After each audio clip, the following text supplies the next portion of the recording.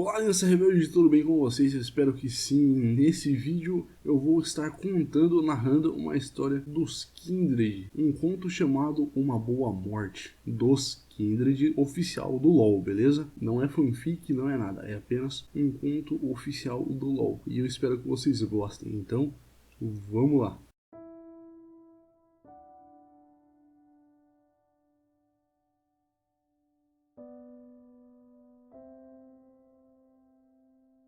Maga estava para morrer pela 14ª vez. Ela mordiscou uma maçã podre, mais uma vez a sua polpa, como sempre, a infectou. A atriz fez movimentos de cair para sua morte, enquanto proferia as suas últimas palavras, para que todos ouvissem.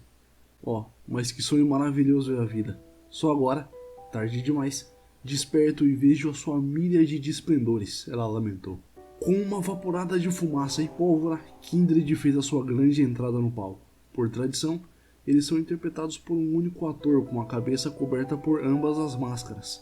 Ele aproximou-se de Maga com uma máscara branca da ovelha fitando-a. Atenção! Ouça um apelo pela minha flecha mais penetrante.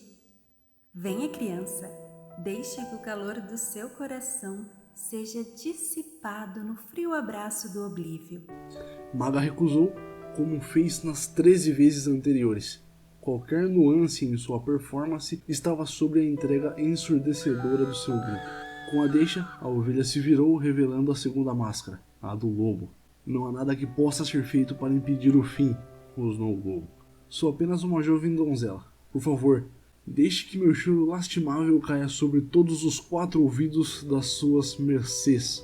O público parecia extasiado pelo desenrolar da trama de Mecânicas de Warfellow. Denji, o ator interpretando a ovelha e o lobo, desceu até a jovem atriz, desajeitadamente expondo as suas presas de madeira. Maga ofereceu seu pescoço e, com a ameaça da mordida do lobo, ela ativou um dispositivo costurado no seu colarinho. Laços de tecido vermelho se desenrolaram para a surpresa da plateia. Eles receberam o que queriam.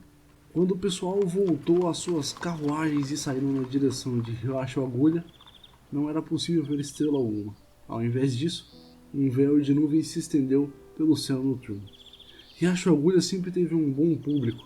Illusion, o dono da empresa, único dramaturgo, explicou mais uma vez. Ele cambaleou embriagado pelos seus próprios elogios, bem como no vinho que Par conseguiu dos locais. A noite continuou e a trupe começou a brigar. Tria e Denji criticavam o escritor sobre a qualidade de suas tramas, que tinham uma estrutura previsível. Uma tragédia atinge a donzela e a morte encontra a donzela. A morte leva a donzela. Illusion argumentou que tramas complicadas desvirtuavam uma boa cena de morte. Maga, a mais nova do grupo, concordou com o diagnóstico de Tria e Denji, mas manteve a sua boca calada. Caso não tivesse entrado clandestinamente no vagão da trupe, ela certamente estaria em uma situação muito ruim. Para sua sorte, o espetáculo recentemente perdeu alguns atores devido à insistência de Illusion de completar o controle artístico. Devido à sua personalidade e óbvia mediocridade, eles estavam com a falta de rostos novos. Então, Mecânicas de Warfellow concordou em contratar Maga para morrer em todas as suas peças num futuro próximo. Ela ficou muito agradecida por isso. Illusion ainda estava irritado com as palavras de Denji e Tria quando pediu a Par, seu condutor, que parasse e montasse o acampamento. O escritor embriagado preparou seu saco de dormir próximo à carruagem. Então, ele jogou o resto dos sacos na grama próxima. Atores ingratos, podem dormir na floresta, Illusion desferiu, onde esperam que encontrem a sua educação. O resto da trupe preparou uma fogueira e trocou histórias. Denji e Tria dormiram nos braços um do outro, enquanto balbuciavam potenciais nomes no ouvido um do outro para o filho que estava por vir. Eles falaram sobre o dia em que a companhia viajante pararia em Jandel, uma cidade tão perfeita e pacífica que eles deixariam suas vidas errantes para criar o seu filho. Maga aproximou-se do fogo crepitante para que seus ruídos abafassem as namorações incômodas de seus companheiros de viagem. Mas o sono nunca chegou. Ao invés disso, Maga virou-se e revirou-se, pensando sobre a reação no rosto da plateia quando o sangue fluísse de seu pescoço novamente. Uma linda donzela, morta por sua inocência, era a pompa teatral que Illusion poderia bolar, mas a multidão ansiava pela fachada aterrorizante. Eventualmente, ela deixou seu saco de dormir e foi até a mata para acalmar a sua mente confusa. Na calada da noite, Maga chegou a um monte com pouca grama e placas de madeira em sua base. Seus dedos tatearam inscrições familiares das máscaras gêmeas dos Kindreds. Este era um local dos mortos, um local de sepultamento criado há muito tempo. Ela sentiu um frio atrás do pescoço e compeliu o olhar para cima. Ela não estava sozinha. Maga imediatamente entendeu o que viu, pois havia encontrado uma interpretação bruta deles dia após dia. Porém, o pobre Denji não poderia instigar o pavor que tomara a Maga. À sua frente, empoleirada em um carrinho desgastado, estava a ovelha, acompanhada de seu fiel companheiro, o lobo. Ouço um coração batendo, disse o lobo, com olhos negros brilhando em seu deleite. Posso tê-la? Talvez. Respondeu a ovelha. Sinto que ela está com medo. Diga, Formosa. Diga-nos seu nome. Diga-me o seu primeiro, gaguejou Maga. Andando para trás, sua fuga lenta foi parada pelo rápido lobo, que se materializou inquietamente atrás dela. E ele disse diretamente em seus ouvidos: nós temos muitos nomes. No oeste, sou Ina e ele é Anne. No leste, sou Faria e ele é o Wally. Porém, somos os Kindred em toda parte. Sempre sou a ovelha para o lobo e ele sempre é o lobo para a ovelha. O lobo retrocedeu e cheirou o ar. Ela está jogando um jogo entediante, disse o lobo. Vamos jogar um jogo novo, um de perseguir, correr e morder. Ela não vai jogar, querido lobo. Ela tá assustada e perdeu seu próprio nome. Ele se esconde por trás de seus lábios com medo de sair. Não se preocupe, querida criança. Encontrei seu nome. O conhecemos como você nos conhece. Maga. Por favor, Maga sussurrou. Essa noite não é uma boa noite para... A grande língua rosada do lobo rolou para o canto de sua boca e ele começou a gargalhar. Todas as noites são boas para atacar, disse o lobo enquanto ria. Todos os dias também. Com a luz vem um tiro certeiro. Não tem lua hoje, gritou a Maga. Ela utilizou o que Illusion ensinou a ela. Gesticular grandiosamente para que aqueles que estivessem no fundo pudessem ver seus movimentos. Ela está escondida por uma grande manta de nuvens, escondida dos meus olhos.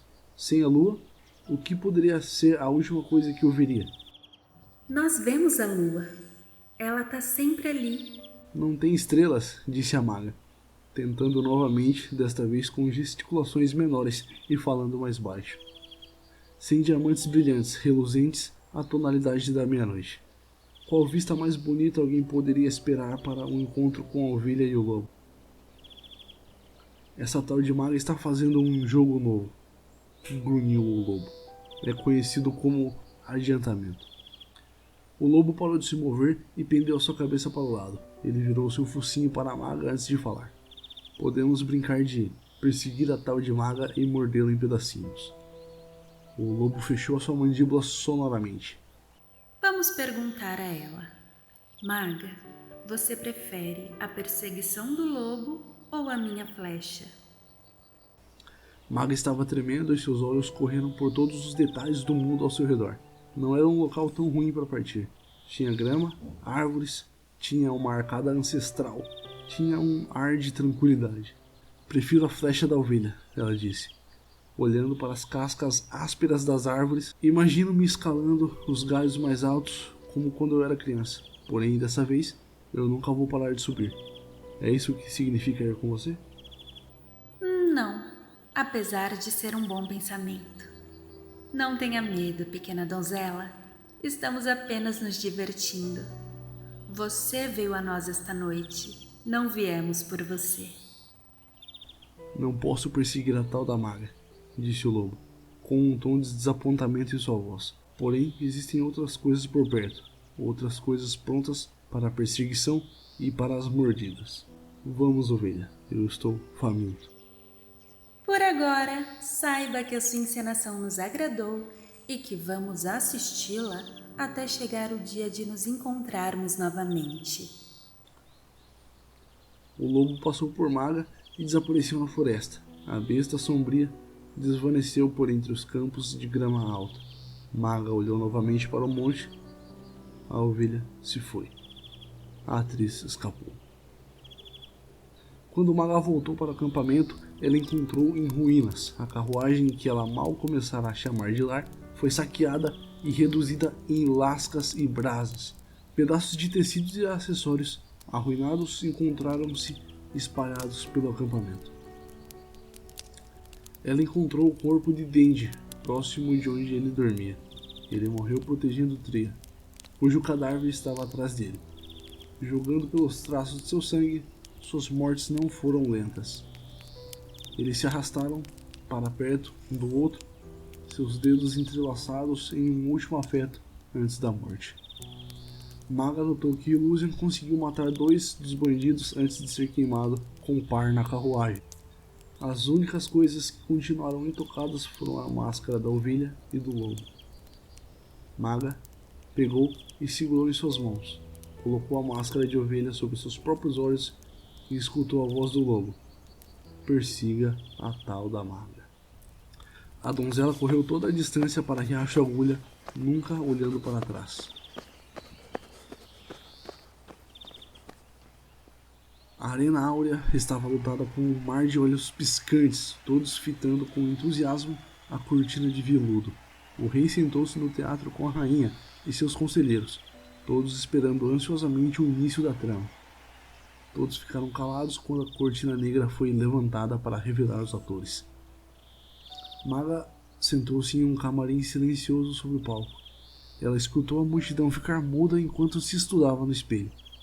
O esplendor da juventude sumiu de seus olhos, anos atrás, e a deixou com uma longa mecha prateada em seus cabelos. Madame, disse o assistente de palco. Você ainda não está a caráter. Não, minha criança, disse Maga. Eu só me visto no último momento.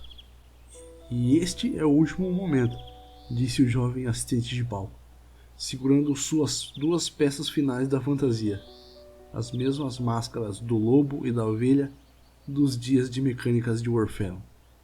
Que a sua performance seja abençoada hoje à noite, o assistente disse. Maga preparou-se para sair do palco. Ela colocou as máscaras sobre a sua cabeça. O antigo calafrio do Monte Sombrio percorreu a sua espinha. Ela o acolheu, como sempre. Ela entreteve a plateia planando no palco, incorporando os movimentos graciosos da ovelha. Ela encantou a multidão com a sua versão de selvageria e brincalhona do lobo. Ela, como a morte gêmea personificada, acabava com o sofrimento de seus colegas e atores ou arrancava de seus pescoços, até que a plateia ficasse de pé e rompesse em estrondos de aplausos. Era verdade, todas as plateias amavam uma boa morte e amavam a Maga mais do que qualquer outra. Até mesmo o rei e a rainha estavam de pé para louvar o seu trabalho. Porém, Maga não ouviu aplausos ou ovações. Ela não sentiu o palco sob seus pés e nem a mão de seus companheiros de profissão enquanto estavam fazendo as reverências. Tudo o que ela sentia era uma dor aguda em seu peito. E quando Maga olhou para a plateia, cada rosto era o de uma ovelha ou de um lobo.